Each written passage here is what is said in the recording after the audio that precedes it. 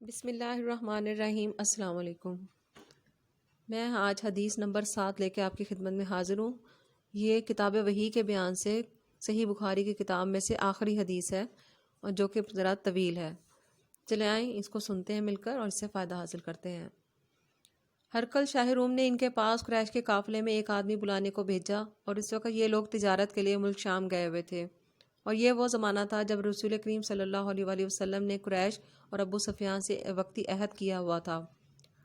جب ابو سفیان اور دوسرے لوگ ہرقل کے پاس ایلیا پہنچے جہاں ہرقل نے دربار طلب کیا تھا، اس کے گرد روم کے بڑے بڑے لوگ، علماء، وزراء اور عمرہ بیٹھے ہوئے تھے۔ ہرقل نے ان کو اور اپنے ترجمان کو بلوایا، پھر ان سے پوچھا کہ تم میں سے کون شخص مدعی رسالت کا زیادہ قریبی عزیز ہے؟ ابو سفیان کہتے ہیں کہ میں بول اٹھا کہ میں اس کا سب سے زیادہ قریبی رشتہ دار ہوں۔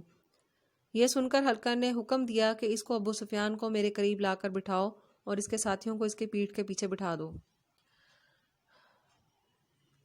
پھر وہ اپنے ترجمان سے کہا کہ ان لوگوں سے کہہ دو کہ میں ابو سفیان سے اس شخص کے یعنی محمد صلی اللہ علیہ وآلہ وسلم کے حالات پوچھتا ہوں۔ اگر یہ مجھ سے کسی بات میں جھوٹ بول دے تو تم اس کا جھوٹ ظاہر کر دینا۔ ابو سفیان کا قول ہے کہ اللہ کی قسم، اگر مجھے یہ غیرت نہ آتی کہ یہ لوگ مجھ کو جھٹلائیں گے تو میں آپ صلی اللہ علیہ وآلہ وسلم کی نسبت ضرور غلط گوئی سے کام لیتا۔ خیر، پہلی بات جو ہرقل نے مجھ سے پوچھی وہ یہ تھی کہ اس شخص کا خاندان تم لوگوں میں کیسا ہے؟ میں نے کہا وہ تو بڑے اونچے عالی نسب والے ہیں۔ کہنے لگا اس سے پہلے بھی کسی نے تم لوگوں میں سے ایسی بات کہی تھی؟ میں نے کہا نہیں۔ کہنے لگا اچھا، اس کے بڑوں میں کوئی بادشاہ ہوا ہے؟ میں نے کہا نہیں۔ پھر اس نے کہا بڑے لوگوں نے اس کی پیروی اختیار کی یا کمزوروں نے؟ میں نے کہا نہیں، کمزوروں نے۔ پھر کہنے لگا اس کے تابع دار روز بڑھتے جا رہے ہیں یا کوئی ساتھی پھر بھی جاتا ہے، یعنی کہ اسے مکر جاتا ہے؟ میں نے کہا نہیں۔ کہنے لگا کیا یہ اپنے اس دعوے نبوت سے پہلے کبھی کسی موقع پر اس نے جھوٹ بولا ہے؟ میں نے کہا نہیں۔ اور اب ہماری اس سے صلح کی ایک مقررہ مدت ٹھہری ہوئی ہے، معلوم نہیں کہ وہ اس میں کیا کرنے والا ہے۔ ابو سفیان کہتے ہیں میں اس بات کے سوا کوئی اور جھوٹ اس کی گفتگو میں شامل نہ کر سکا۔ ہرقل نے کہا کیا تمہاری اس سے کبھی لڑائی ہوئی ہے؟ ہم نے کہا ہاں۔ بولا پھر تمہاری اور اس کی جنگ کا کیا حال ہوتا ہے؟ میں نے کہا لڑائی ڈول کی طرح ہے، کبھی وہ ہم سے میدان جنگ میں جیت لیتے ہیں اور کبھی ہم ان سے جیت لیتے ہیں۔ ہرقل نے پوچھا وہ تمہیں کس بات کا حکم دیتا ہے؟ میں نے کہا وہ کہتا ہے کہ صرف ایک اللہ ہی کی عبادت کرو، اس کا کسی کو شریک نہ بناؤ، اور اپنے باپ دادا کی شرک کی باتیں چھوڑ دو اور ہمیں نماز پڑھنے، سچ بولنے، پرہیزگاری اور صلہ رحمی کا حکم دیتا ہے۔ یہ سب سن کر پھر ہرقل نے اپنے ترجمان سے کہا کہ ابو سفیان سے کہہ دو کہ میں نے تم سے اس کا نسب پوچھا تو تم نے کہا کہ وہ ہم میں عالی نسب ہے، اور پیغمبر اپنی قوم میں عالی نسب ہی بھیجے جایا کرتے ہیں۔ میں نے تم سے پوچھا کہ دعوی نبوت کی یہ بات تمہارے اندر اس سے پہلے کسی اور نے بھی کی تھی؟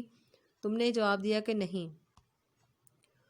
تب میں نے اپنے دل میں کہا کہ اگر یہ بات اس سے پہلے کسی نے کہی ہوتی تو میں سمجھتا اس شخص نے بھی اسی بات کی تقلید کی جو پہلے کہی جا چکی ہے۔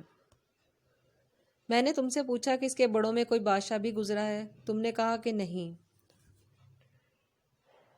تو میں نے دل میں کہا کہ ان کے بزرگوں میں سے کوئی بادشاہ ہوا ہوگا تو کہہ دوں گا کہ وہ شخص اس بہانے اپنے آباء و اجداد کی بادشاہت اور ان کا ملک دوبارہ حاصل کرنا چاہتا ہے۔ اور میں نے تم سے پوچھا کہ اس بات کے کہنے یعنی پیغمبری کے دعویٰ کرنے سے پہلے تم نے کبھی اس کو دروغ گوئی کا الزام لگایا ہے؟ تم نے کہا نہیں۔ تو میں نے سمجھ لیا کہ جو شخص آدمیوں کے ساتھ دروغ گوئی سے بچے وہ اللہ کے بارے میں کیسے جھوٹی بات کہہ سکتا ہے۔ اور میں نے تم سے پوچھا کہ بڑے لوگ اس کی پیروکار ہوتے ہیں یا کمزور آدمی؟ تم نے کہا کمزوروں نے اس کی اتباع کی ہے، تو دراصل یہی لوگ پیغمبروں کے متبعین ہوتے ہیں۔ اور میں نے تم سے پوچھا کہ اس کے ساتھی بڑھ رہے ہیں یا کم ہو رہے ہیں؟ تم نے کہا کہ وہ بڑھ رہے ہیں، اور ایمان کی کیفیت یہی ہوتی ہے حتیٰ کہ وہ کامل ہو جاتا ہے۔ اور میں نے تم سے پوچھا کہ آیا کوئی شخص اس کے دین سے ناخوش ہو کے مرتد بھی ہو جاتا ہے؟ تم نے کہا نہیں۔ تو ایمان کی خاصیت بھی یہی ہے، جن کے دلوں میں اس کی مسرت رچ بس جائے وہ اسے لوٹا نہیں کرتے۔ اور میں نے تم سے پوچھا کہ آیا وہ کبھی عہد شکنی کرتے ہیں؟ تم نے کہا نہیں۔ پیغمبروں کا یہی حال ہوتا ہے، وہ عہد کی خلاف ورزی نہیں کرتے۔ اور میں نے تم سے کہا کہ وہ تم سے کس چیز کے لیے کہتے ہیں؟ تم نے کہا کہ وہ ہمیں حکم دیتے ہیں کہ اللہ کی عبادت کرو اور اس کے ساتھ کسی کو شریک نہ ٹھہراؤ، اور تمہیں بتوں کی پرستش سے روکتے ہیں، سچ بولنے اور پرہیزگاری کا حکم دیتے ہیں۔ لہٰذا اگر یہ باتیں تم جو کہہ رہے ہو سچ ہیں تو عنقریب وہ اس جگہ کا مالک ہو جائے گا کہ جہاں میرے یہ دونوں پاؤں ہیں۔ مجھے معلوم تھا کہ وہ پیغمبر آنے والا ہے، مگر مجھے یہ معلوم نہیں تھا کہ وہ تمہارے اندر ہوگا۔ اگر میں جانتا کہ اس تک پہنچ سکوں گا تو اس سے ملنے کے لیے ہر تکلیف گوارا کرتا۔ اگر میں اس کے پاس ہوتا تو اس کے پاؤں دھوتا۔ ہرقل نے رسول اللہ صلی اللہ علیہ وآلہ وسلم کا وہ خط منگوایا جو آپ نے داہیہ کلبی رضی اللہ تعالیٰ عنہ کے ذریعے حاکم بصرہ کے پاس بھیجا تھا، اور اس نے وہ ہرقل کے پاس بھیج دیا تھا۔ پھر اس کو پڑھا تو اس نے میں لکھا تھا، اللہ کے نام کے ساتھ جو نہایت مہربان اور رحم والا ہے۔ اللہ کے بندے اور اس کے پیغمبر محمد صلی اللہ علیہ وآلہ وسلم کی طرف سے یہ خط ہے شاہ روم کے لیے۔ اس شخص پر سلام ہو جو ہدایت کی پیروی کرے، اور اس کے بعد میں آپ کے سامنے دعوت اسلام پیش کرتا ہوں۔ اگر آپ اسلام لے آئیں گے تو دین و دنیا میں سلامتی نصیب ہوگی، اللہ آپ کو دوہرا ثواب دے گا، اور آپ میری دعوت سے روگردانی کریں گے تو آپ کی رعایا کا گناہ بھی آپ کے سر پر ہوگا۔ اور اے اہل کتاب، ایک ایسی بات پر آ جاؤ جو ہمارے اور تمہارے درمیان میں یکساں ہے، وہ یہ کہ ہم اللہ کے سوا کسی کی عبادت نہ کریں، کسی کو اس کا شریک نہ ٹھہرائیں، اور نہ ہم میں سے کسی کو اللہ کے سوا اپنا رب بنائیں۔ پھر اگر وہ اہل کتاب اس بات سے منہ پھیر لیں تو مسلمانوں تم ان سے کہہ دو کہ تم مانو یا نہ مانو، ہم تو ایک اللہ کے اطاعت گزار ہیں۔